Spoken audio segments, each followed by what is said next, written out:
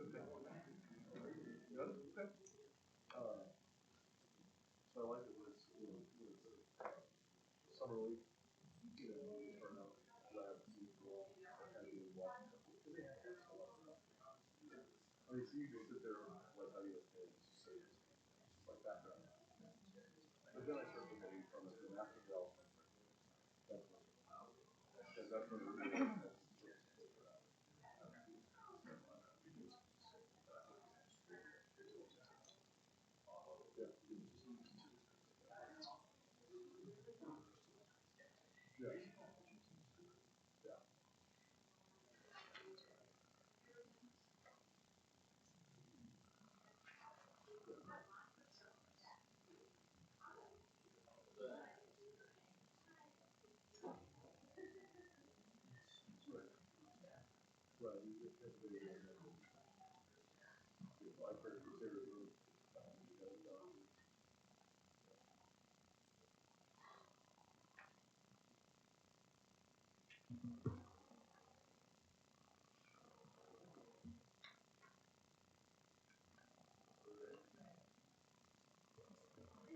It is quiet. Okay, we will call the meeting to order. At this time, I would ask that we take roll. Chris Steele, Here. June Elkin Baker, Reverend Ray Douglas, Here. Hannah Royce, Here. Reverend Derek Scobie, Here. Stephen Buck, Here. Leslie Nesmith, Here. Ryan Haney, Aaron Engelke. Here. We did receive word that June's unable to attend today. I think she had a family situation that arose, and so certainly our thoughts are with her and her family. At this time, we will stand for the Pledge of Allegiance.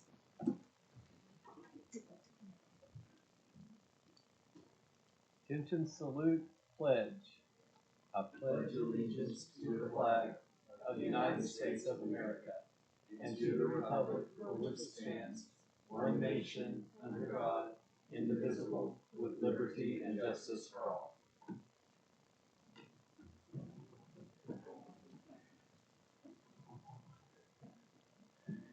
This is the opportunity for any public comment. I'm looking at our staff. We didn't receive any notice for public comment. There's no public comment this morning. Agenda item number 2 is discussion and possible action to approve minute meetings from our April 13th meeting. I would entertain a motion and or discussion on receiving the minutes at this time. I so move to approve. So one thing, and you guys are going to have to help me with this because I am not technologically savvy at all, but I understand that it helps when we do our motions and seconds on our iPads. Am I saying that right? I'm not sure I know how to do that, but I think that there's a motion. You can click the button. And I then apologize. I will do that next time. Don't apologize. You're doing great. Thank you for the motion. We do have a motion. Is there a second? I'll second. It's already. I already seconded. It's already. Man, I mean. We follow instructions well. I could. Yeah, perfect. Thank you so much. So, we'll call the roll at this time. Chris Steele, Yes. Reverend Ray Douglas, Yes. Hannah Royce, Yes. Reverend Derek Scobie. Here. Is that a vote for yes? Oh, I'm sorry. What you said? For the Call minutes. the roll. I'm sorry. That's what I thought I heard again. Call the vote. I was like, okay. Yes. Stephen Buck, Abstain. Leslie Nesmith, Yes. Ryan Haney, Yes. and Aaron Engelke. Yes. Motion passes. Motion passes. Agenda item number 3 is to receive, accept, and discuss a report by our Chief Executive Officer Greg Williams regarding the operations and the improvements of the Oklahoma County Detention Center and related matters. Thank you. Mr. Williams, you're Good morning. recognized. Every month we have a trust board meeting, the first Monday of every month at 1 o'clock, and I give a presentation. And so essentially that's what this is. I did freshen the numbers, so they ought to be new numbers, but certainly I can add if there's any interest or anything in particular that you'd like for me to report on. on a monthly are put into this presentation, I am very willing and would love to modify it that would best meet what you guys have interest in or what you'd like to hear or hear about. And again, you guys got my phone numbers. You can call me anytime. If there's something specific on a particular month or a particular time that you want information on or you want me to put in the presentation, certainly if you'll contact me, I will gladly share that information or add it or however we can best communicate, because I think communication is key and keeping you informed on what we're doing. I have a bad habit of working and doing and getting stuff going and done and not really sharing a lot of what we are. So a lot of times we've got a lot of that stuff going on that people just don't realize, because really, things happen really quickly, and I want to be responsive to that. Okay. The health department did visit us. They were here 3 days earlier in the month. And again, as generally what happens is they come in, they'll do an inspection or a tour or a visit. Right now they're doing follow-ups. This is their third or fourth follow-up this year that they've done. And they will give us a report, usually a couple of weeks, sometimes longer, on what their findings are. And then, of course, we will gather those reports and look through that. And I'll assign them to areas of, if it's a maintenance thing, assign it to a maintenance person. If it's a safety thing, give it to the safety division or whatever that is. We'll divide those up, each deficiency or each concern, and then we'll have a response, and we'll submit a response typically within 60 days. They don't require a response, but we do that. Any kind of report that we get, we like to look at it and be responsive to that. So we'll do that, but we have not got that report yet, so I'm not sure exactly what those findings are. But as we get that report, we'll offer a response. COVID-19, again, our numbers are way down of what they have. Again, we mirror a lot of times the community and what we see in the community. So as the numbers in the community go down, certainly our numbers go down and reflect a lot of that. We still, as inmates are received into the jail, we quarantine them for 10 days. On the third day after reception, between third day and fifth day, we do give them or offer them a COVID test. If that test is positive, then we extend that quarantine for an additional 10 days. And if it's negative, then of course, then once their 10 days is up, then we will move them according to the classification that wherever they need to go throughout the jail. We do offer vaccines. We have all 3 vaccines, and we offer everyone a vaccine. We offer anybody a test at any time. So if they think they've been exposed or they get some sort of symptoms that we think may be COVID related, we'll certainly offer them a test as well. Again, they're voluntary. We cannot force people to take tests. We wouldn't want to do that. But again, that's kind of how we manage that. So far, and again, these numbers are a little bit old. 9,329 COVID tests. Again, they're like days old I'm talking about. And we've had 177 positives in 2021. Releasing and booking. And again, we typically release about 16 to 1,800 booking and release about 1,600 to 1,800 people a month. And those numbers really have not varied too much, but those are the numbers that we have. Our current population is 1,615, and a year ago it was 1,597. But again, we book in and release probably 100 bookings, 100 releases every day. So that count, our actual count can vary 200 people during the day. So again, when you look at that, you can't get too alarmed with a little bit of an increase or a little bit of a decline. You really have to look at that over time to get a good perspective. So that's about where we're at. Our average population last year was 1,778, average daily population, and I think this year we'll probably be under that for sure. I'm hoping that we'll be around 1,650.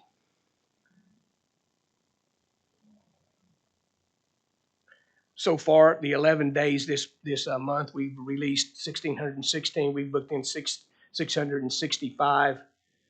So again, we're right on track with what we would typically see.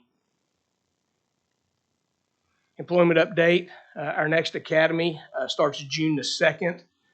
Currently, we have 308 total employees. We do have a job fair scheduled at the fairgrounds on May 17th. And it'll be a big county statewide job fair, and we are enrolled, and we do have a booth at that job fair, and we're very excited and anticipate a good turnout for that. You know, we get a list of everybody that'll be there, and we will be very competitive with our job and our benefits and our pay. So we should be one of the top contenders at that job fair. I can tell you more about it. I can tell you whatever you want to know about any of these slides. You know, we budget 350 as our budget employees. We budgeted for 350 employees. We've been as high as about 340. But again, our employee count varies about 20 during a month. We will vary that. Right now, we are a little bit down from what we'd like to see. We'd like to be about 400 is really what we'd like to get to. And again, the more employees we have, the more services we can offer, and that's really what we're about.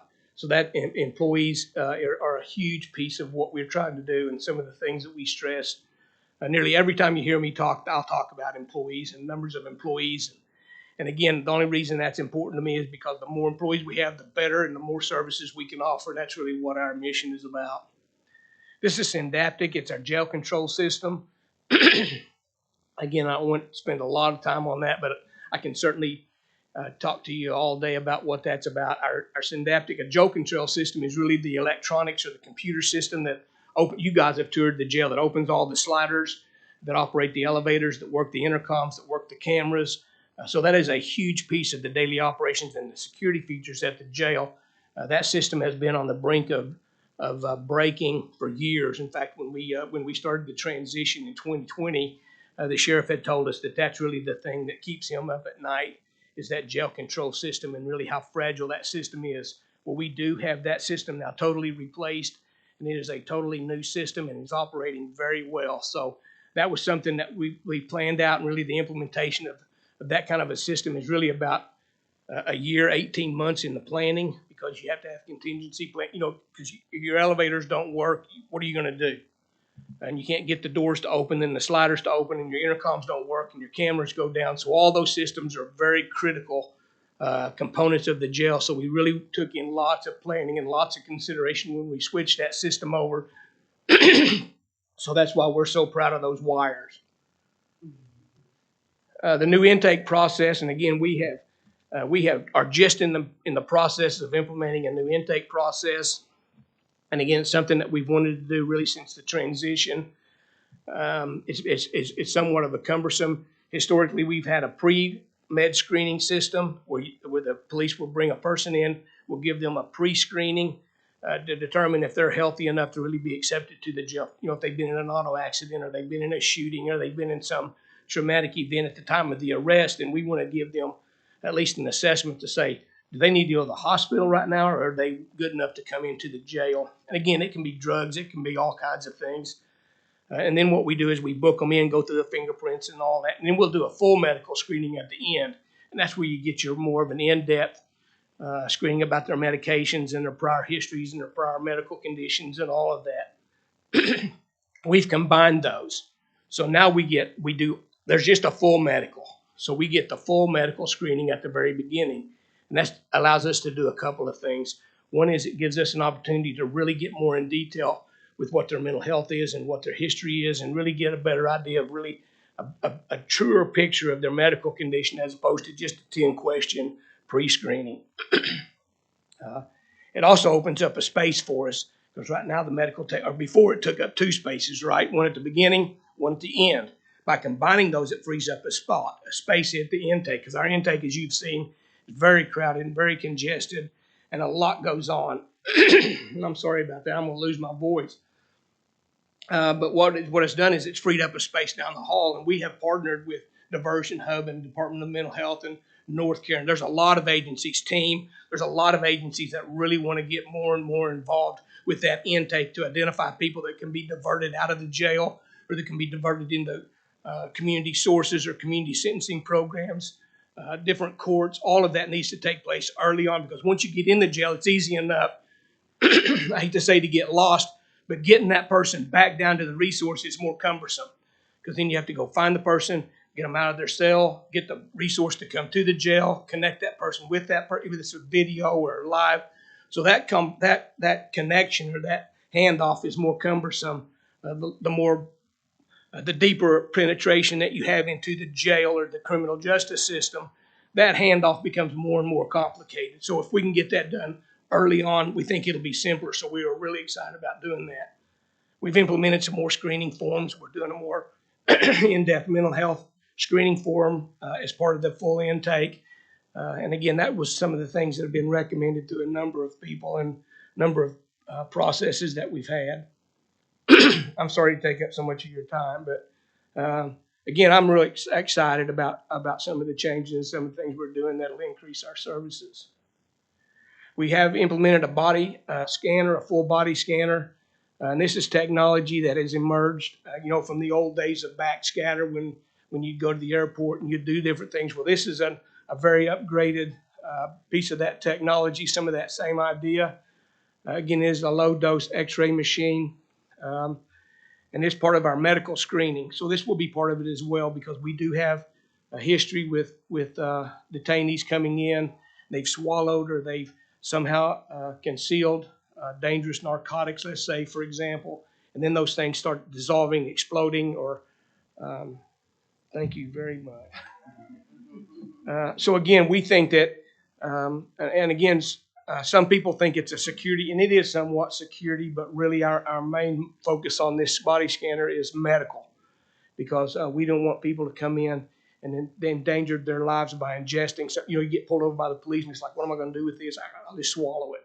Well, now you've got a bulk of narcotics or some dangerous substance potentially inside your body that's dissolving and is being released inside of you, and that comes out at intake or that comes out after you get into a holding cell or after you. So again, it can be very dangerous. So that's really my intent with that device, is to help us with that. So far, we scanned about 4, and again, we scan in a lot of people. And again, we haven't fully implemented our new processes. But as of, I think, the 9th, we had scanned in 394 people, and we had 4 positives. Oddly enough, the very first person we scanned had ingested some narcotics and had those in her body when we got her. So I'd like to think that we really have helped her overall health by finding that. Anyway, we're using that. We're thinking that could be a big part of our success there.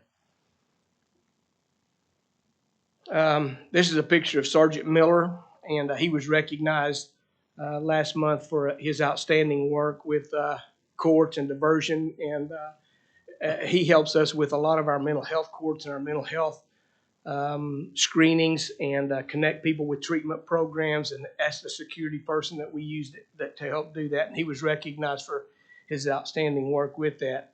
He's a sweet guy. If you haven't met him, Sergeant Miller, and I talked to him late last night even about some things that we can do and maybe even increase some of that. And again, we have a big passion for homeless people, and we have a big passion for mental health people, and we have a big passion for people that come into the jail that have got lots of life struggles beyond their criminal and beyond their legal issues. They have lots of life issues that they're dealing with. And Sergeant Miller is one of the staff that we have that help us kind of maybe fill some of those gaps. These are our employees of the month. And again, we recognized early on that really employees are our greatest resource, and we try to recognize them, and we try to give them a shout out every time we can. Jail work is sometimes work that's unappreciated because you really don't people don't see what you do in the jail. So typically the jail employees and the detainees are the people that recognize those people. So I wanted to be more public about recognizing our employees. And these are this month's employees, Darren and Luke. Darren is a corporal, and Luke works in our maintenance area. That concludes my presentation. Is there any questions or comments or anything else I can share? Thank you, Director Williams. Are there questions, comments concerning the report? I have some questions. I toured the jail last Tuesday with Timothy Tardibono and some others.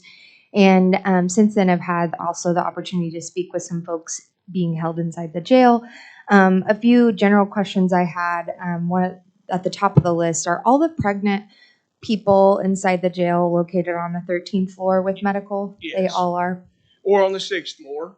On the 6th? It depends on, sometimes there's, they have mental health issues or they have severe medical issues. So really we kind of prioritize which is the most critical. But yes, we do keep all of our pregnant people together. Okay. The also kind of to piggyback off of that, what's the frequency of the access to period products for folks who menstruate? Do they have to pay for those? No, we do sell those on Canteen, Okay, but we hand out 24. They get 2 packs a month, 2 packs. and there's 12 in a case or 12 in a box, and they get 2 boxes, and there's 24. But they're very much available. We keep them in all the female offices. Awesome. So really, if they'll communicate that's big in some of the struggle is they don't want to talk about it. They don't want to share it with the male staff particularly. Gotcha. So we tried to work on that. We had, a month or so ago, I did get a complaint from my father, called and wanted to talk about that. And he came up to the jail and we did meet and talk about that. And I know Brandy, our major security major, she has made special effort in the last 30 days or 60 days really to kind of make that more of a priority. Right. But we buy just over $1,000 a month. Gotcha. We spend, $1,000. We spend just over $1,000 a month in feminine hygiene products. So again, we try to make those very, very available. I spent 7 years in a female prison. Yeah. So I know how important that is and really how sensitive that can be. And really, I don't like detainees to even have to ask about it. They shouldn't have to ask or talk about it. And it's really, it's kind of a hush-hush thing with a lot of people, but it doesn't need to be that way. Maybe I'm talking more than you want me to about it. No, you're fine. I mean, and that's kind of to piggyback off of that. I was curious the frequency of undergarments, because I'm hearing that you're wearing the same underwear for months at a time, and that not I know the frequency for recreation is also the same frequency for their showers. So sometimes it seems that they're having to choose between being in the pod for recreation time or a shower. Can you tell me more about their kind of the frequency of the recreation / shower opportunity? 2 questions. One was the laundry. Yeah. We exchange that every week. Okay. And again, we have laundry exchange every week that they can get laundry exchanged. And showers, again, like you said, it's rec time. It's out of cell time. The cells do not have showers in there. We have common showers. Right. So they can use a shower anytime they're outside the cell. Certainly our workers, we give them extra time. Food service workers, they get showered every time after work. Every day, yeah. Every day. And again, that's one, out of cell time is something that we have tried to really increase since we took over. Historically, the jail has not had a lot of that, but we have really tried to increase that. And really, as COVID kind of has gone down and as a threat, then it does give us an opportunity to have more and more out of cell time. Again, a lot of it's staff driven. Right. I know. Yeah. That just really quick piggybacking on the staff, seems like there's about 100-ish clerical staff. So we really are looking at like 200 detention staff. Is that right? Like detention officers that are kind of off on Saturdays and Sundays. Is that right? You said that right now there's 300 total employees. Right.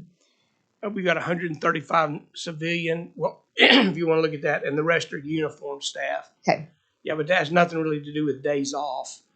Well, I just mean in terms of what the frequency would be in recreation time. If we have less staff on the weekends, then they're not, getting out. Absolutely. And that's right. We don't do recreation on the weekends. Okay. Yep. Gotcha. Somebody else have questions about the report or anything else? I have a few more. I just had a quick question. If you could just address like turnover issues, what does that look like? I'm not looking for like ratios or anything like that, but I'm guessing, but we lose probably 20 a month, 20 people a month, or 15 or 20 a month. Sometimes we don't lose quite that many. Other months we do. Again, a lot of it is a lot of our turnover is right off Jump Street. I mean, we typically don't lose tenured employees. If we can keep an employee about 60 days, then we'll keep them for a year or two. But again, I've been in corrections about 40 years, worked in almost every prison in Oklahoma, and that is very typical. We'll lose half of the people that graduate from the training academy. We'll lose them the first week.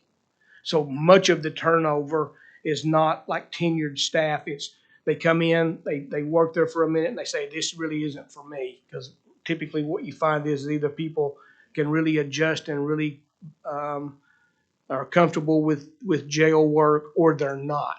And a lot of people think they are until they get there, and then they decide they're not. I was kind of the opposite. I didn't think I'd ever like it, and got there and just loved it. So you never really know, but much of the turnover, the bulk of the turnover, is really the first 30, 60 days. That's one of the reasons we built into our structure with officers. You get a pay raise at 60 days. And that's really tried to encourage them to get through that first 60 days. Then we'll give them another pay raise at a year.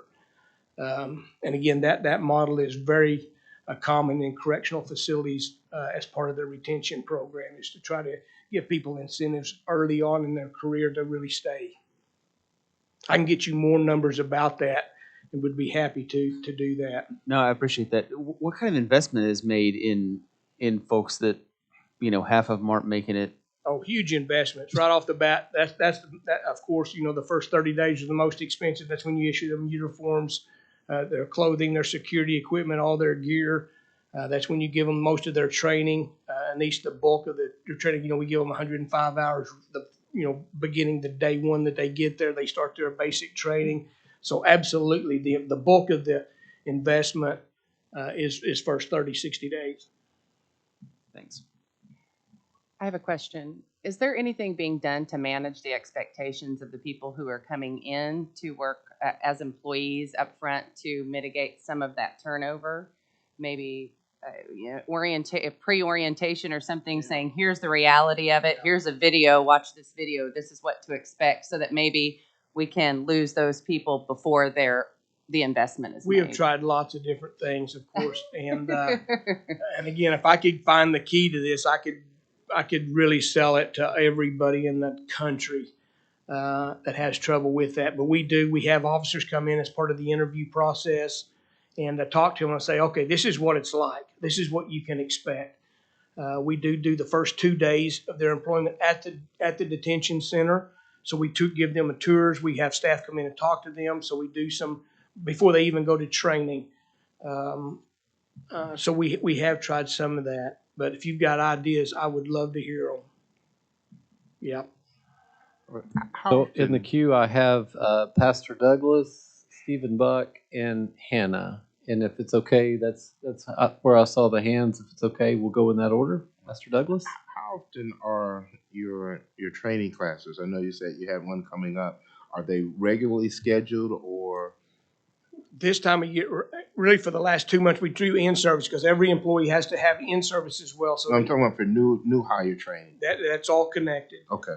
Yeah, so right now the last couple of months, we really try to do our in-service training to get everybody that's in current employees their training. So when that happens, we have to scale back our pre-service or our new employee training.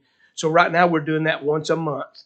We're doing pre-service training, but as we get our in-service done in the rest of the year, we typically do that back to back to back. We'll have training academies. So nearly when one stops, we'll take maybe a day or two off, and then we'll start the next one. So historically, or the bulk of the year, we're doing those training academies nearly back to back. And how many weeks is the training? 3 weeks.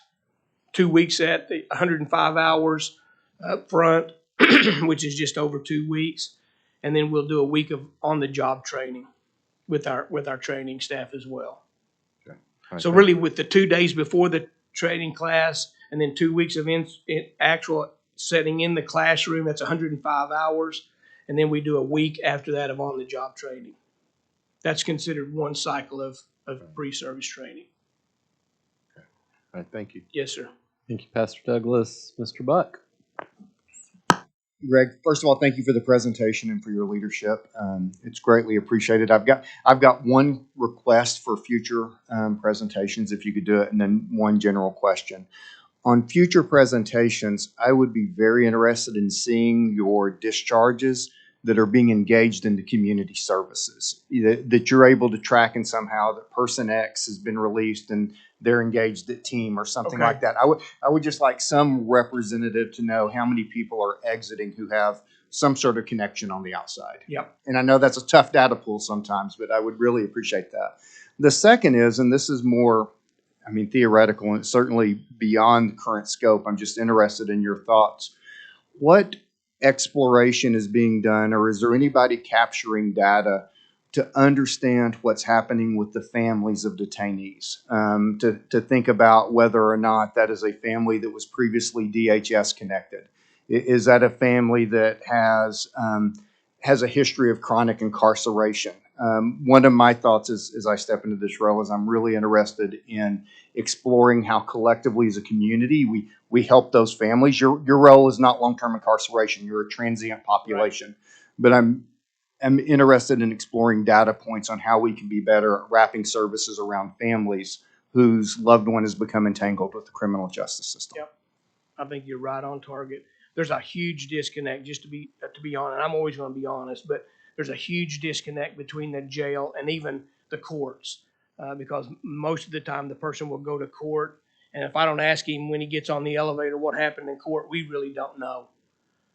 So really, there's a huge disconnect with that data on what happens to people after they leave the jail or when they go to court and come back for court. I mean, you can get on OSCN and you can look at a little bit, but really, that is a huge disconnect of data between really who goes out, what services do they go to, what kind of follow-up do they get, and I think you're right on track. And again, I'm a huge advocate for case management. And again, I've been in this business a long time and just know that a lot of the folks without intensive case management seem to fall off the track, if you will, quickly. And that's a huge missing piece, in my opinion, of this system. Yeah. So it's a great question, a great point. Hannah. This is just going back really quickly to the health department report. I know that they will look forward to seeing what they have. It seems like the deficiencies that were mentioned in the last health department report were kind of based off of maybe we didn't document that well enough and they weren't true deficiencies perhaps in the detention center. Have we improved any of that documentation, or do we think that their report might be different with any of those? Yeah, probably not. Okay. Again, it's a trade-off. Do you document that you handed out the medication, or do you hand it out so you can do something else? Got it. Yeah. Again, it's just what do you want to spend staff time doing? Mm-hmm. Do you want to spend it on the paper? Do you want to spend it on the person? Yeah. And right now, really, we have just decided we're going to focus on the people more than the paper, and that's the cost that we're paying. I hear you. And do we know the frequency of when, like how often the health department might visit? Or are they just kind of surprising the detention center and saying, hey, we're going to do it again? Yeah, they're just unscheduled. We don't know that they're there until they show up at the front desk. Gotcha. Okay. Thank you. Greg, I also want to say thank you so much for this presentation. This is really adding a lot of value to our meeting. And I also want to say thank you for your leadership. I just had one quick question. I don't want to belabor this, but I think it's so important. Dignity, humanity ought to be the focus of everything that we're doing when it comes to people. Yes. And this body imaging scanner, it seems to me like that is so much more humane than maybe like traditional strip searches or whatever used to have to be done. Could you just kind of speak to that a little bit about how this device, this technology may actually help with with helping a person maintain their dignity? Right. It's very quick for one thing. You know, it takes about 3 to 5 seconds to do the scan. The person would actually step on like a little moving platform, and once you turn it on, it moves across in about 3 seconds, and you're done. And then the image is captured, and that's it really. So, you know, traditional strip searches are 15 minutes by the time you go in, and it's a lot of hands-on. It's a lot of real personal contact, and you're exactly right. This is much more sanitary, if you will, with this kind of thing. And this technology we picked, it's not backscatter. And again, I don't want to get too technical with you, but it doesn't show skin folds, backscatter, which is earlier technology. And some of the technology you see even at airports will show skin folds and stuff. This technology does not do that. This technology is literally an X-ray. So when you look at the you can't really tell if it's a male or a female when you look at the X-ray. It shows bones, and it shows it shows density. Things that are high density tissue and high density items is really what it detects and shows on the screen. So in my opinion, it's very humane. Yep. I know I've asked a lot of questions, but that's just because I'm here to do that. So it piggybacks off of the intake process, and I'm really excited to hear that we're joining medical. Is there still any interest to tear down those walls where Bookin is, where it kind of separates that? Yeah. Okay, awesome. I look Yeah. forward to that because And there was an engineer that came in as part of the CJAC committee and looked at some of that, and I haven't got those reports yet, but that was one of the things that we discussed with that engineering firm that came in, was that we'd like to open some of that up, move that staff out and use that as an intake area. And again, I don't know what the cost is. I don't know really what the magnitude of that project is. But there's the interest. Absolutely, there's the interest. Yep. Seeing no additional questions, I would entertain a motion to accept the report. And a second. I'll Man, second. Mhm. we are cooking with Pressing gas. buttons. Would you please call for the vote? Chris Steele, Yes. Reverend Ray Douglas, Yes. Hannah Royce, Yes. Reverend Derek Scobie, Yes. Stephen Buck, Yes. Leslie Nesmith, Yes. Ryan Haney, Yes. and Aaron Inglekey. Yes. Motion passes. Motion passes. Thank you very much. Agenda item number 4 is discussion and possible action to adopt methods by which members of each of the 4 subcommittees of the Citizen Advisory Board may appoint non-members of the Citizen Advisory Board to existing subcommittees. We also need to discuss how many non-members may be appointed to each subcommittee and by what date the initial appointments should occur. I want to give the board an update. I'm very excited, very thankful for this. We do have clarification that members of the community are eligible to serve on the subcommittees. So it's not just the folk who are on this board. We can fill out the subcommittees and be a little bit more inclusive and hopefully diverse in our composition, so that we can really include voices throughout our county. I would also remind our board that these subcommittees will be subject to the Open Meetings Act, and as such, quorums are important in that regard. Just kind of thinking through out loud, and this is up to the board, but it may be. I would like to suggest that we limit the number of each subcommittee to the number of members on this board, so there would be no more than 9 or 10. Is it 9? I think it's 9. And that's more for quorum's sake. I just think because when you have a subcommittee meeting, you have to have at least a majority there to be able to conduct business. And if it gets too big, it can cause some problems in that regard. But that's completely up to the board and open to discussion. The final thing I would say is that we are meeting with Mr. Hooten's staff immediately after this meeting at 10:15-ish. To set the dates of the subcommittees. And how that will work is they are going to propose dates that they have availability to staff. We will send those proposed dates to each member on the subcommittee as determined at our last meeting.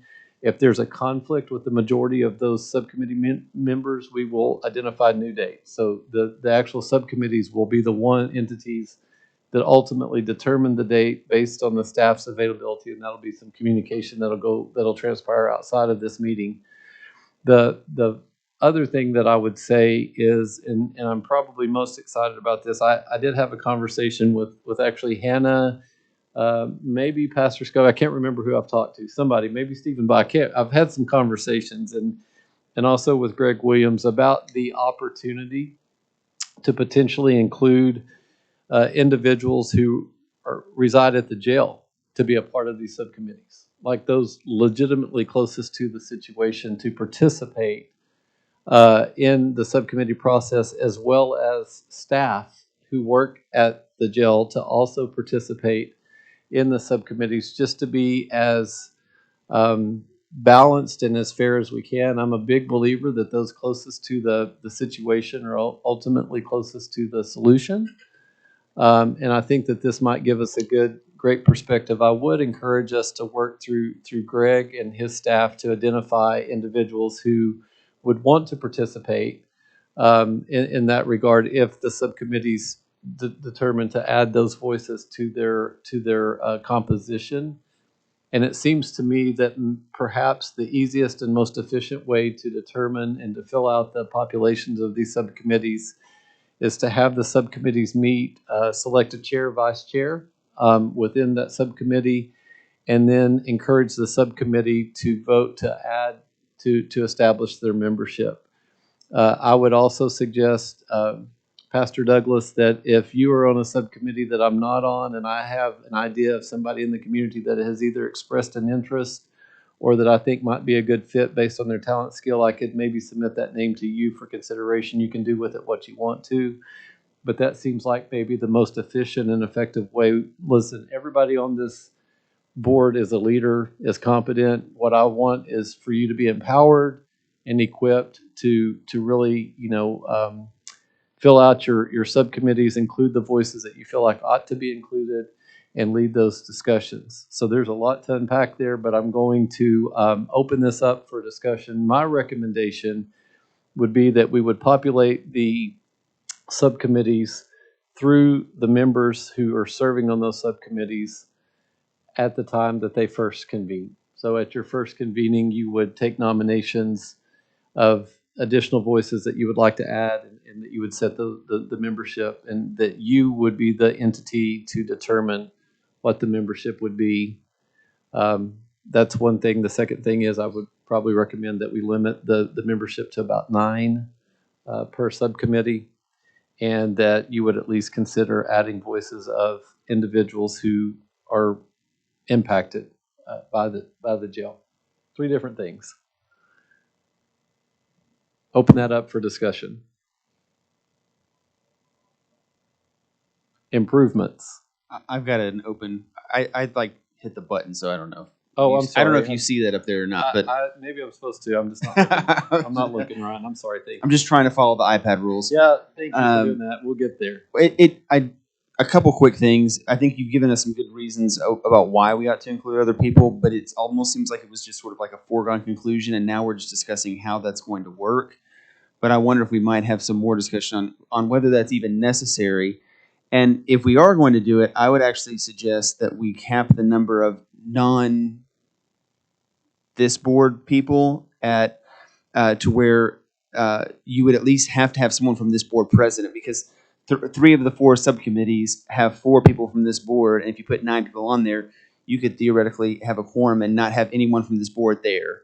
There's only one committee that has 5 people from this board on the subcommittee. So those are just some thoughts that I had. Because we're subject to the Open Meetings Act, and the subcommittees are as well, I don't see a huge need to include a whole bunch of other people because we have that option. But that's just my thoughts. I think you're exactly right. I think that we should maybe take a minute and talk about. So the difference is if we want to add additional voices to the subcommittees, we have been given the go ahead, the green light to do that. Doesn't mean that we have to. So you're exactly right. I think I think that it's important that we maybe have that discussion as well. So let's start there, and then we'll come back and talk about the value of ensuring that at least 1 or more people from this board is always present at the subcommittee meetings. Are there thoughts, discussion in relation to whether or not we should add additional members to the subcommittees, or is that something that you want to allow each subcommittee to determine themselves? I think that sounds reasonable to me, to let each subcommittee decide. You've done it now, Ryan. Uh-oh. Look at there. Look at there. Lynn. Well, I hesitated to just butt in, but I think I've said this a couple of times, but I think it speaks to your point, Mr. Haney, that you always have the opportunity to have other folks come in and participate in your meeting and bring you information, etc. So I think it's good to think about the fact that to have those folks come into your meeting and participate, they don't necessarily have to be members of your subcommittees. I guess there are some things, maybe they have voting rights, obviously, if you put them on the subcommittee meetings, but you're making recommendations when you're taking those votes anyway.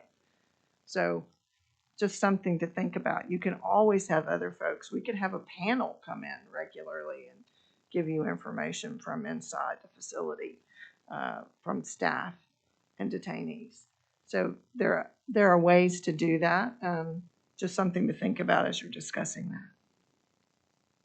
Thank you, Lynn. All great points.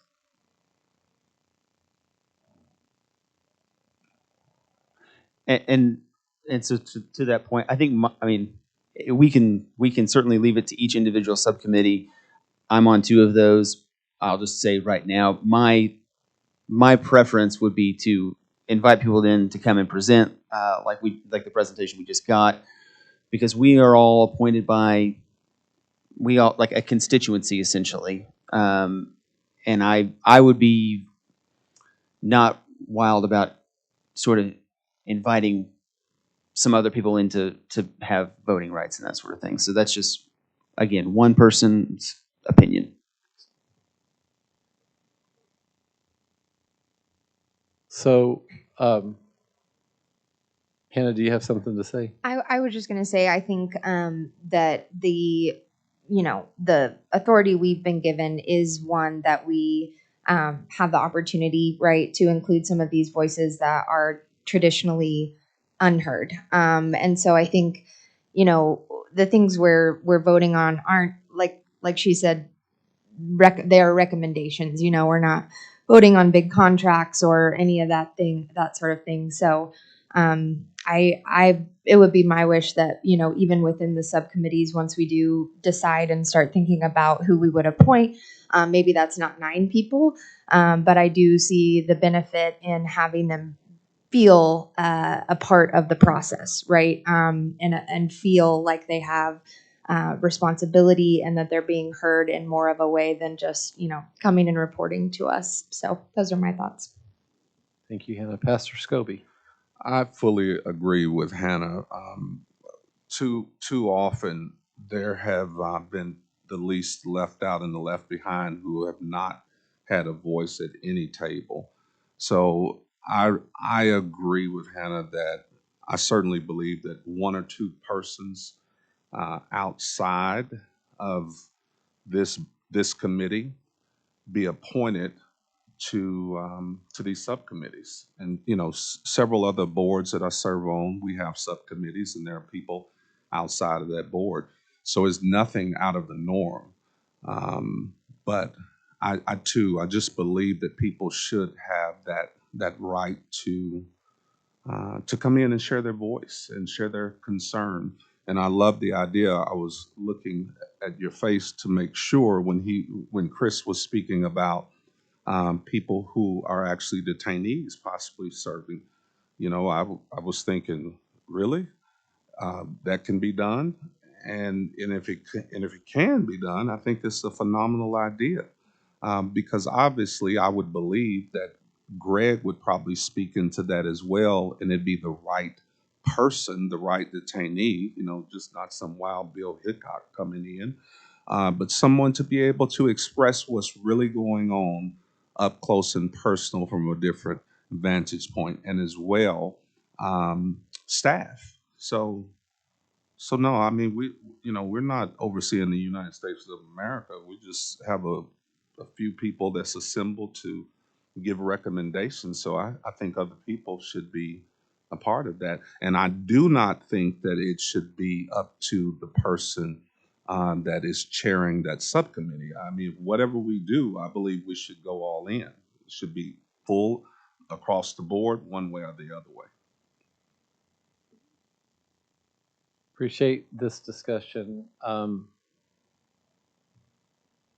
Pastor, I'm not trying to put you on the spot, but do you want to make that in a form of a motion, or?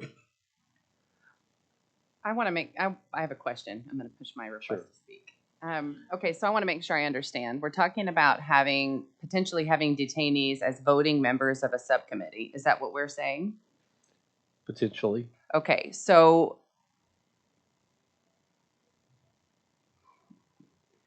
with the turnover of the detainees, do we run the risk of we have people, we bring them in, they're able to vote for a period of time, they're released from the system, they go away, and now we have a vacancy? Am I understanding this correctly? Well, they could remain on the committee even after they are released from jail. I mean, they're still impacted by the system. They still have been there. Or it could be that there is a designee to have that voice, that perspective included, and it's rotated. You know, again, I do think that it's important that there is a process, some criteria that would be established to make sure that it's the right voice. And I think I'm fixing to say that I'm fixing to be told that once the committee is set, it is set. And so, Lynn, we'll look to you for some Yes, we're clarification. going to look to you. Well, okay. Once again, we're going through the process. You know, this matter was raised this morning, so there are some things that we have to do to flesh this out. It is possible. You know, board members usually have to take oaths and things like that, so we have to look at all the implications. We think this is a good idea, and we're looking for a way to make it happen, but I can't tell you all of the details at this particular moment. So there are some things for us to flesh out. Obviously, we're going to have some staff members who are able to come with a detainee, the issue of what happens if they're released, the issue of can they take an oath to be a member of the subcommittee. Those are all issues that we're going to have to look at. If I can just say one other Sure, thing, please.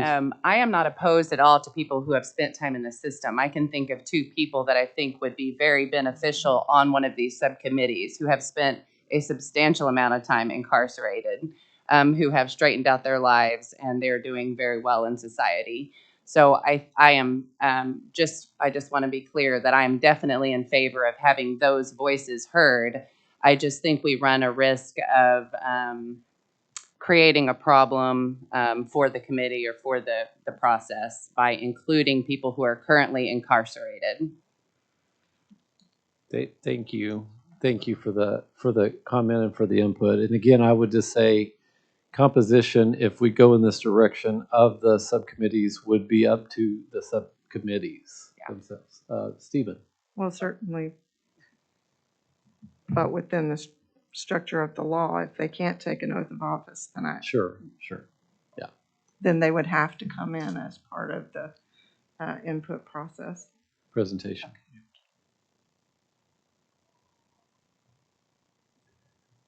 So from a procedural standpoint, well, first let me say this. The voice of lived experience is probably the most informed voice that any of us can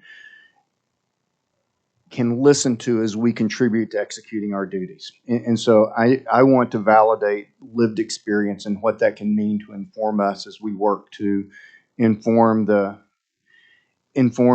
trust in our role.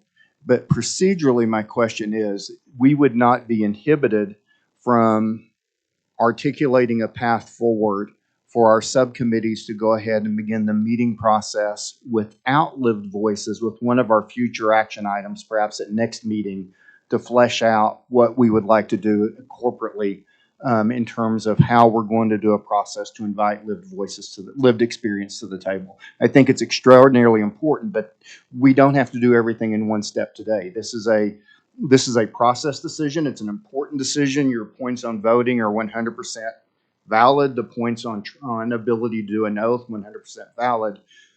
So that is something that we could have as a follow-up action item. But in saying that, I just want to personally validate lived experience is extraordinarily, extraordinarily important. Thank you, Stephen. Pastor Scobie. What I heard was a discussion about people being a part of the subcommittee that was not a part of this board. this advisory board. So regardless of where that person is, I don't think it's up to us to decide if a person that is currently being detained is able to be a part of that board. I think that sounds like that's a legal question, and she's shaking her head yes. So I think the only thing that we should be concerned about and discussing is, can people serve on these subcommittees outside of this advisory board? It doesn't matter where they come from. And then legal counsel will decide if people who are currently being detained can also serve. I don't think that's up to us. Okay, so I'm watching. I'm not able to see if you request your Pastor Douglas. I think to go along with what has been said, I think that for the subcommittees would be to recommend people to serve, and whether they're willing or able is a separate matter. Right. So I think the agenda item is that, are we going to give the subcommittees that ability? And that's what we would vote on. And then whoever we recommend, whether they're detained, not detained, may be willing or not willing, able or unable, and that becomes something different. And so that we'll be able to move from this. So, Pastor, I don't want to put words in your mouth, but are you pressing the motion of empowering our subcommittees to make the decision if they want to expand their subcommittees with non-citizen advisory board members? Within the limits that we've set, that and I think it was Ryan that said it, is that, you know, within the limits to set that the majority of the people on the subcommittee would be on this board.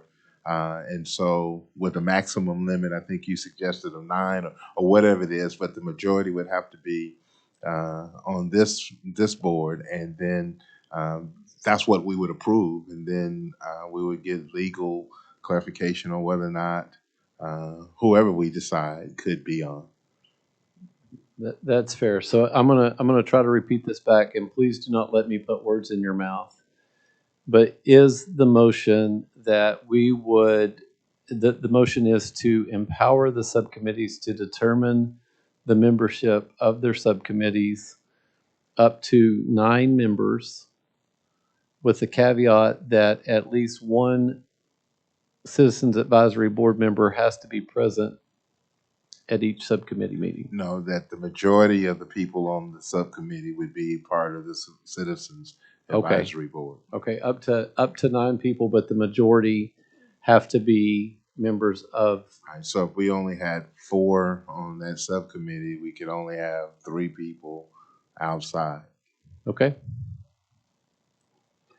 Does the board understand the motion? Before we go with that motion, and listen, I didn't have any coffee this morning. I told my wife I wasn't even planning on talking. So, but God has given me a voice, and I'm just going to always use it, and I don't really care what people think about it. So I love what Pastor Douglas is saying, but we live in this loophole world, always looking for loopholes. So the way that motion was just put out, whoever's over their subcommittee, if they did not want a voice outside of this advisory board, they would loophole it and say, I don't have to choose anyone from outside. So I would like to make a motion that we do move forward with selecting, appointing, however you want to say it, people outside of this advisory board, and there be a minimum of 2 voices outside of this board on each subcommittee. Well, I would add that I think that really would be up to that subcommittee, and the reason being is that subcommittee is tasked with, and they would be tasked with selecting that person.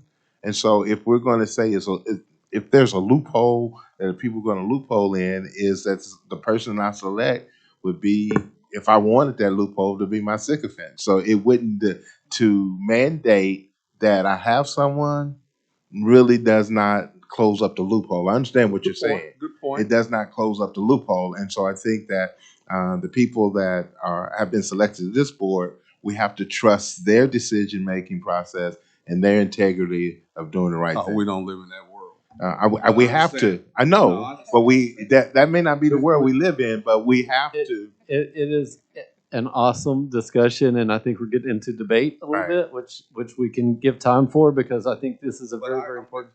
Yeah. So Very- I'm done. Have you? I understand what you're saying, and you're right. It Yeah. does close. It does not close up the loophole. Right. So I'm good. That loophole's not going to be closed. Okay, so I'm hearing you withdraw that motion, and we're back on Pastor Douglas's original motion. And Pastor, do you want to state it one more time? Again, that the subcommittees will select people from the community with not exceeding the number of people on this board on the subcommittee, and we would those subcommittees would make their selection, and then those selections would have to be approved legally. So whoever it is, and that person that we select would have to be willing to serve and able to serve. I'm gonna paraphrase that the subcommittees will be empowered to set their membership, including non-board members, up to the number of citizen advisory board members on that subcommittee, and that any nominations that are made have to withstand legal challenges. The board members will have to be the majority, not equal to, but the majority. The majority. I'm sorry. Okay, thanks. Do we understand that motion? Maybe. Yes, sir. Yes, sir. Would you read that to us, please? Okay, so to clarify, we've got that the subcommittees will select people from the community not to exceed the number of people on this subcommittee. That was the beginning of the motion. I think, let me just stop. I think they may. They may. Okay. And then the subcommittee is empowered to select the membership, including non-members, up to the number of board members, was what I heard from Chair Steele. Chair still said it wrong. Right, so- Pastor Douglas said Right. that. And so the board members would have to retain the majority.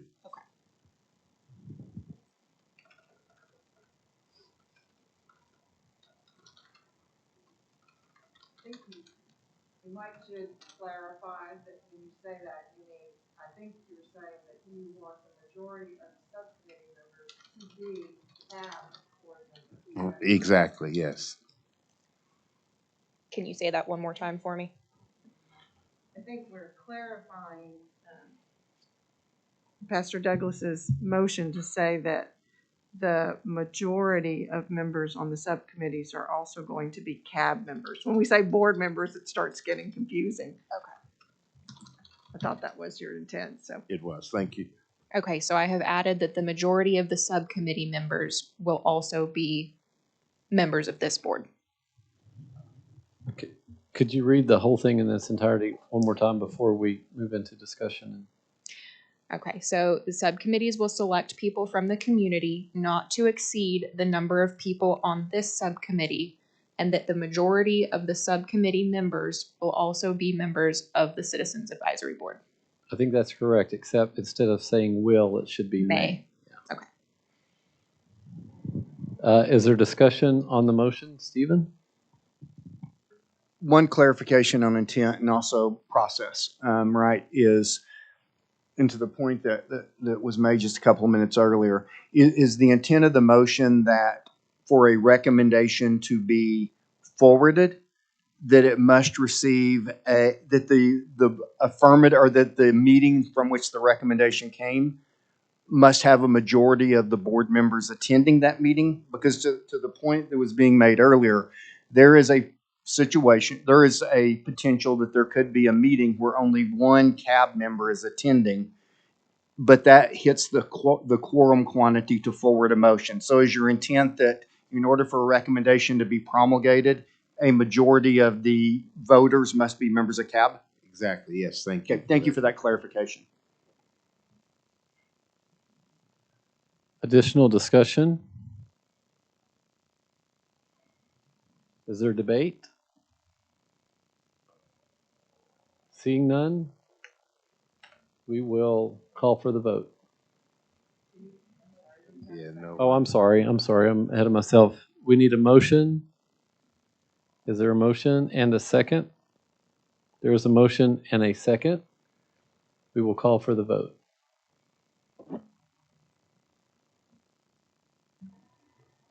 Chris Steele, Yes. Reverend Ray Douglas, Yes.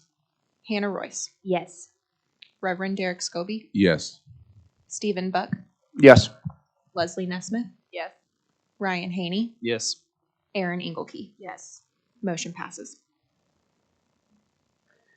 Thank you for working through that. I think that's exactly kind of how this process is supposed to play out. Agenda item number 5, I think we may have covered at least in part, is discussion and possible action regarding scheduling of subcommittee meetings.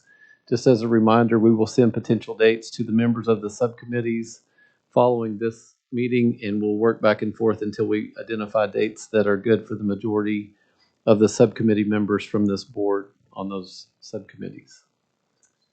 Ryan? Do the subcommittee members have discretion on like how often those subcommittees meet? I would say the answer is yes. Thanks. And I'm looking. Yes. Additional questions on agenda item number 5? If not, I would entertain a motion to accept the process. Do have a question. You said that you said we were meeting. Did you really mean that you were meeting? Yes, Okay. I'm meeting with Lynn. Yes, sir. Yes, sir. Okay. Yeah, I'm meeting with Lynn in Mr. Hooten's office. All right. Thank you. Yes. We will call for the vote. Chris Steele, Yes. Reverend Ray Douglas, Yes. Hannah Royce, Yes. Reverend Derek Scobie, Yes. Stephen Buck, Yes. Leslie Nesmith, Yes. Ryan Haney, Yes. Aaron Inglekey. Yes. Motion passes. Agenda item number 6 is discussion and possible action regarding the final report and recommendations of the Oklahoma County Criminal Justice Authority Action Committee, Clarification and Focus Group. I'm going to give a little bit of context around this, and then I'm going to defer to Hannah maybe to give some additional context. But just by way of reminder, the Jail Trust, about a year ago or so, had established some focus groups and some subcommittees, and they did some pretty extensive work in crafting some recommendations for improvements within the jail. I truly, truly believe that many of the recommendations have been implemented or are being implemented. And Greg, I want to say publicly thank you for paying attention to that and for your leadership in that as well. And Hannah had asked that these recommendations be included in our agenda, and I think it's so smart. And I'm thankful to you, Hannah, for making this suggestion, because I think it's really important that we have these suggestions, these recommendations in front of us before we start our subcommittee work. We've no reason to reinvent the wheel. Ryan, I think you may have served on some of these focus groups or subcommittees potentially, and I think you guys did some great work there. So we wanted to make sure that the Citizens Advisory Board members who are serving on the subcommittees have these recommendations handy and sort of keep them top of mind as we move into our subcommittee work. I'll pause there and defer to you, Ms. Hannah, if you have any additional comments. Thanks, Chris. I just I wanted to ensure that the work of community members was made aware to all of us. I don't know how closely or not closely you all watched the previous jail trust meetings, but I do have a few close friends that sat on some of these focus groups, and there were just a lot of really important and crucial recommendations made that I think we can piggyback off of and pick up where they left off and find out from Greg and his staff what has been done. I think this first one, classification, I'd love to see what I know we're our classification process is not really a super proactive, preventative. I know it's from a long, long time ago. So if there's any updates on that, Greg, since you are here, let us know if on any of these really next the 6, 7, 8 items, if there's anything that like to Chris's point, if any of those things have been done or things we can check off the list, so to speak. We'd love to hear about that, but I appreciate all the folks that did this hard work, and I look forward to picking up where they left off. Greg, you're recognized. Yeah, there was those recommendations were given to me in a 3 different particular reports, and I have taken staff and we have gone through each one of those recommendations, and a lot of it was I was just trying to interpret what the recommendation was. Some of those were duplicative and kind of repetitive, but I do have a report, and I will send that to Chris. It has an update. I went through and I took that recommendation and I structured it like what was going on before the trust took over. What was the status of this particular item, whether it was a intake or whatever that recommendation. What was the status before the trust took over? What was the status? And I think it was as of July of last year. And then I've updated it again last month. Again, what is the status of it as of last month? So I've got that document, and I will get it to you, Chris. If I could have a couple more days maybe to find, because again, I just make notes on it. Sure. And then I'll go back and I can maybe more formalize those notes, because I just go through it occasionally and look at where we at on this, and I'll make notes. But I can take those notes and put it into more of a formal statement, and I can get that to you within the next week or so. That sounds great. And thank you for that, Greg. And as soon as I get it, we'll pass it. We'll distribute it along in real time. So thank you for that. One thing I would also note, just because a previous jail trust member, Francie Ekwerekwu, was the chair of the committee, I believe. Phenomenal person. They did incredible work. But one thing that I think is really, really important is keeping that line of communication open with Greg and his staff so that there's not ambiguity around what the recommendation is, and including Greg. And Greg, in my experience, has been incredibly accessible. I think it can actually make the recommendations practical, tangible, and able to be implemented. And it takes out some of the confusion in that regard. So that would be my suggestion moving forward as well. Do we need a vote on agenda item 6, 7, We and can 8? just no motion to receive it. No. Okay. Agenda item number 7, following suit, is discussion and possible action regarding the final report and recommendations of these action committees in the direct supervision focus group. And again, you have those recommendations here. We'll get an update on that in a week or so and pass that along as well. Any discussion? Seeing none, agenda item number 8 is discussion and possible action regarding the final report and recommendations of the action committee and the population reduction focus group. And again, we will get an update in a week or so and pass that along in real time. Any discussion on agenda item number 8?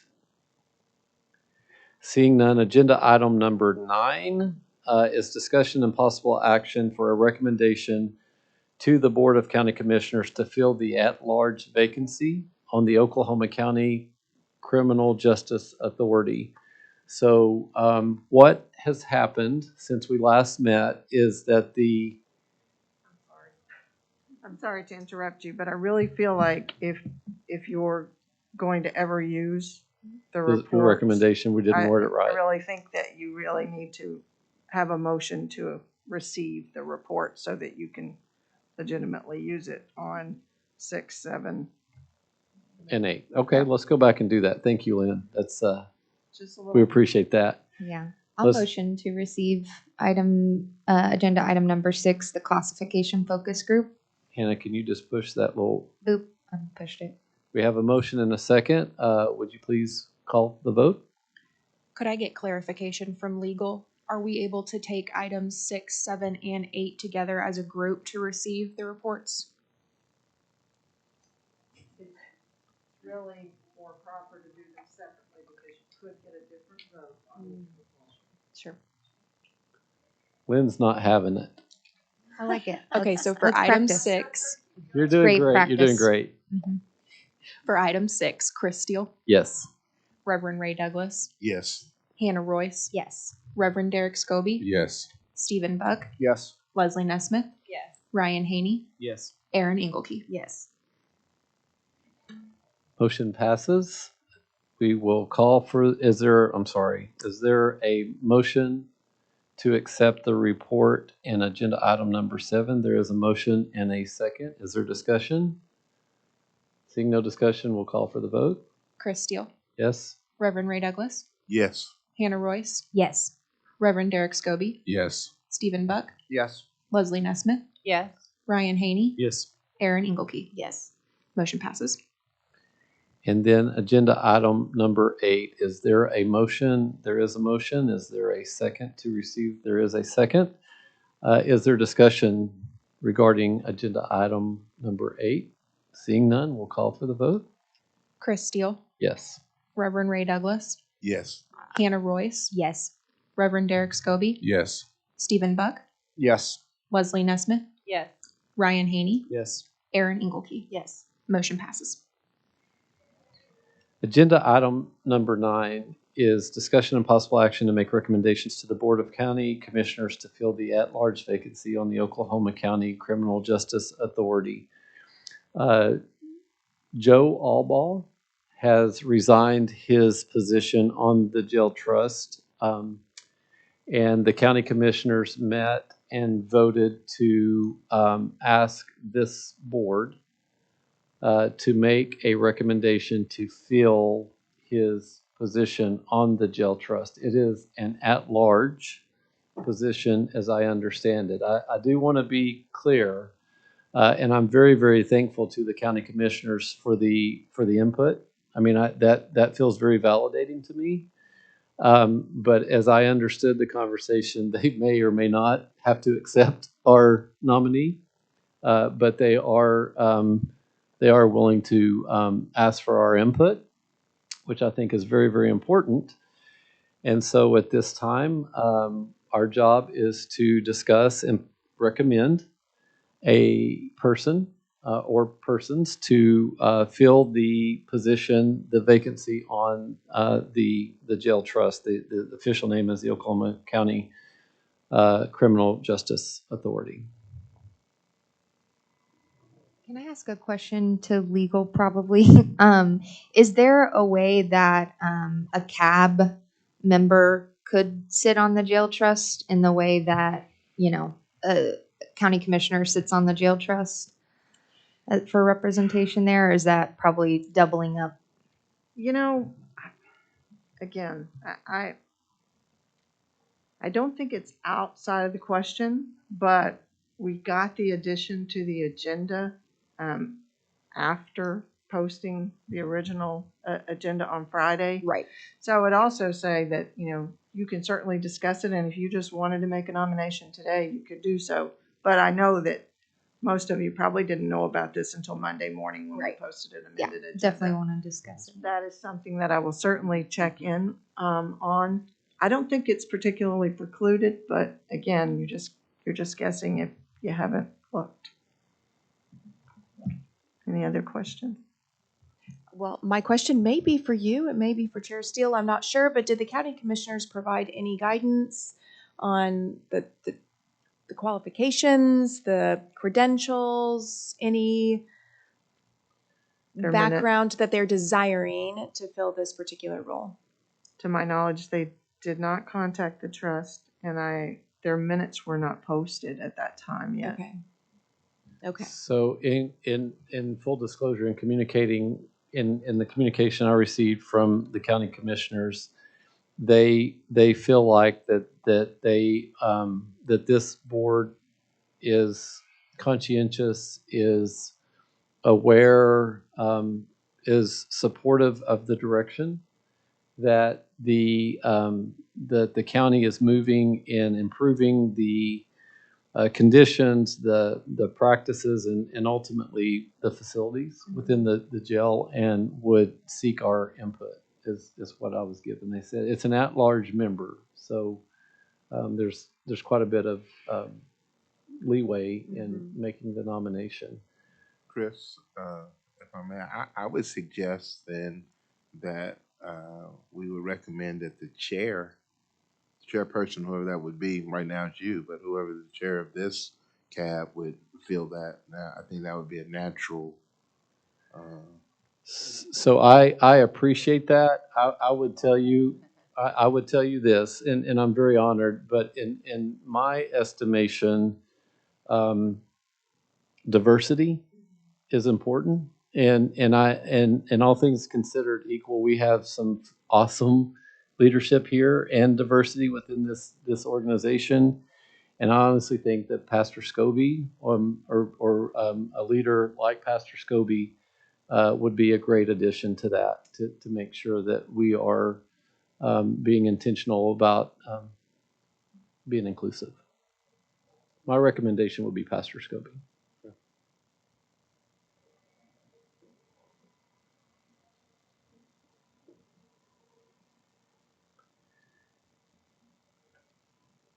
Is there, do we want to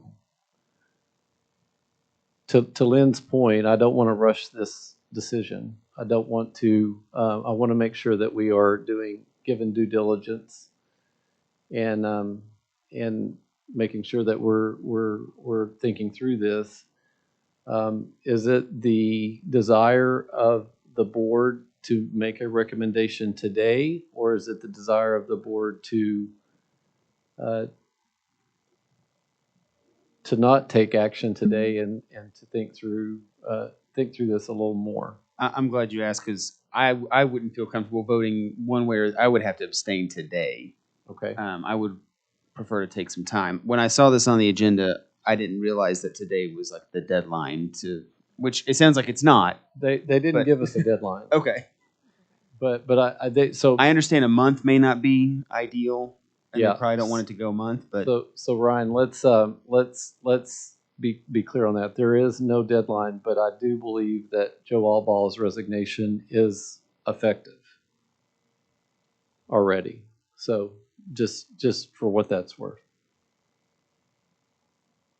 and maybe this is another question for legal. Is there a way for us to make that recommendation without convening like this? I believe it would be most proper that you do it at a meeting.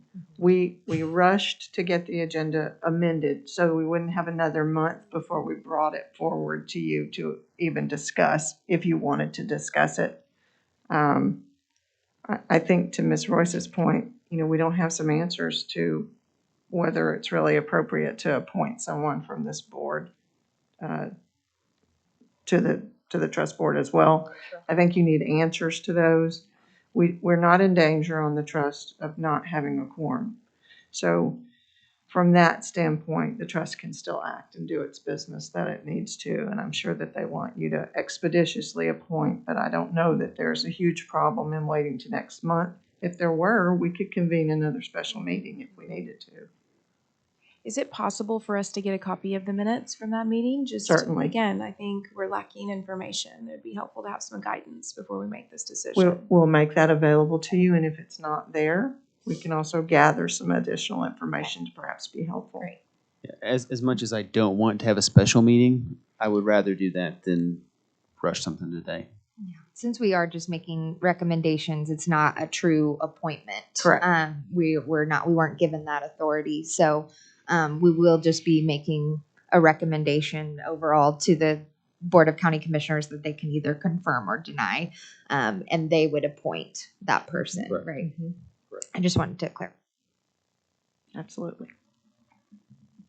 Okay, so I think from our vice chair and also Mr. Haney, perhaps and again, I don't, if you guys want to make a motion, we can entertain a motion, but I think what I heard you say is that you would prefer us to receive some more information and then potentially convene a special meeting if it's deemed necessary to make this decision? Is a special meeting necessary? I mean, do we have time? Or we could just wait a month? Yeah. You don't, I mean, you There's can, no timeline. I mean, we were not given any timeline. and you could take a motion today, but you don't have to take any action if you're not ready to. Question for you. By the nature of his role, does the chairman have the authority to call a special meeting should circumstances require a faster action than our next board meeting? Absolutely. So the chair could call if circumstances dictate a quicker response than our regular monthly. He would be empowered to make that call. Correct. Thank you. It would just have to be at a time where we could have all our services available. Pastor Scobie. This is not about someone calling for a motion to recommend me, but again, I'm going to speak up. All this dancing around about the the county commissioners, if they gave special instruction. Did anybody watch it? They didn't give any special instruction, and there's not any extra special instruction. They said what they said, and that's it. So if at this point in time, if I wanted to recommend Hannah Royce, I could make a motion. You could, vote it down, but there's not any special instruction. It was an open, what is it called? Open record, if everyone was able to see it and you knew what they said. And let me tell you how long they talked about it. For about 30 seconds. So there's not any special instruction. I understand that. My point is that I read over this yesterday and haven't thought about this more than the 5 to 10 minutes we've been talking about it. So I want personally time to think about who I would like to put forward, and then then I can discuss that with the rest of the people on this board, and I think everybody else could do the same. And the Yes, reason I I understand. suggested the chairperson was that we would trust the chairperson that would then take our thoughts and our considerations to that and bring them back to us. But I'm not opposed to Pastor Scobie, but I thought that is instead of a person, it would be that position, and it may not always be Chris, and whoever sits in that seat. I thought would be best to sit in the other seat. Hannah? May I? I am interested in if this recommendation is not made by the next Board of County Commissioners meeting, not necessarily the next jail trust meeting, is it going to be irrelevant, right? Are they going to go ahead and fill that seat if we do not recommend somebody like they've asked us to? I think that's a great question. I think it speaks to Stephen's point. I can, if it is the will of this board, I can make that inquiry. And if they say we want this by such and such date, we can convene a special meeting. As I'm looking at Lynn, if that is the will of the board.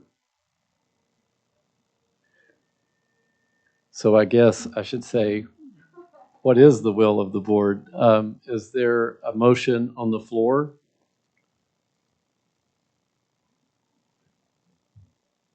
I don't have a motion. I would like to speak though. So I have a recommendation or two that I would like to make, but I would prefer to talk to those individuals first before bringing their name up. But I'd be happy to, if we need to bring them up now, I can do that. But I definitely think that we need some time to come up with those recommendations or talk to those people. Okay. Could we perhaps make a motion for a deadline here for ourselves to make that decision on the meeting, so that way we're watching the next BOCC meeting, or you can inquire as to what our actual deadline is, I just want to make sure that we take this opportunity to appoint someone that, you know, will be a great voice and keep that line of communication open with us and the trust as well. So maybe the motion is we make a deadline for ourselves to make that decision for a special meeting. So I would say one of the three of you, Ms. Nesmith, Mr. Haney, or Ms. Royce, make a motion as to how you think you need to proceed and see if you have a second. Right. If not, someone else can make a counter motion.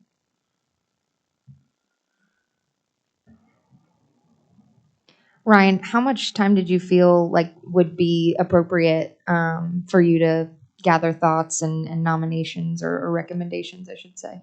At least a week. A week. Okay, awesome. So I make a motion that we meet again in 2 weeks, special meeting, so that we can make this recommendation. I believe the next Board of County Commissioners would meet that Monday if we met on that Wednesday, huh? Is on the 16th. Okay.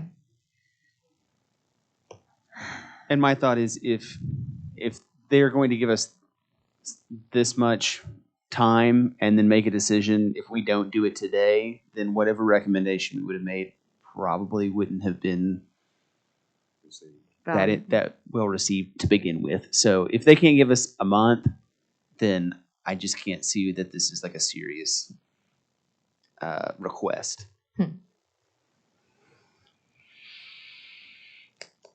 So I think the motion is. I think the motion. I'll withdraw my motion. I'm not really sure what our best play is here. I just think that if we have this opportunity, my goodness, we all know who we would. I don't think we need a month. That's just me being frank, though. Stephen? Let me take a try at a motion. I move that we direct CAB Chairperson Steele to dialogue with the county commissioners on a reasonable date for a nominee from this panel.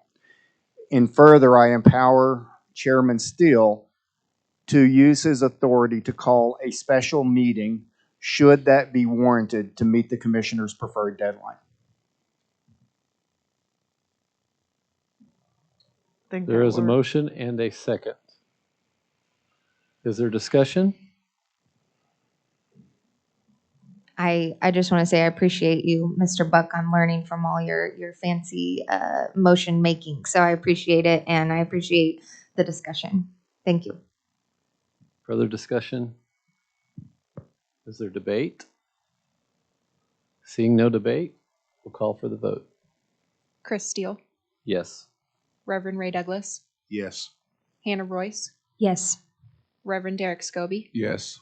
Stephen Buck, Yes. Leslie Nesmith, Yes. Ryan Haney, Yes. Aaron Engelke. Yes. Motion passes. Okay. Agenda item number 10 is the announcement that our next special meeting of the Oklahoma County Criminal Justice Authority Citizens Advisory Board will be on Wednesday, June the 8th, 2022. It is printed that it's on the 15th, so we want to make that clarification that it was filed, when the schedule was filed, it says the 15th. Okay. But I think there must be a typo because we decided it would be the second, but it does say the 15th. I noticed that. Thank you, Last Pastor. week. Thank you for noticing that. Good catch. I'm looking for clarification because I do believe the correct date, and we want to make this I clear. believe the correct date is the 8th June the based 8th. on what we decided, but Sure. what was printed and filed says the 15th. Yes, sir. So, Lynn, Obviously, I didn't catch that. We did correct the schedule of the last meeting. So I don't know what the corrected date shows. Thank you. it's a really good catch. We don't want to all get here on the wrong day.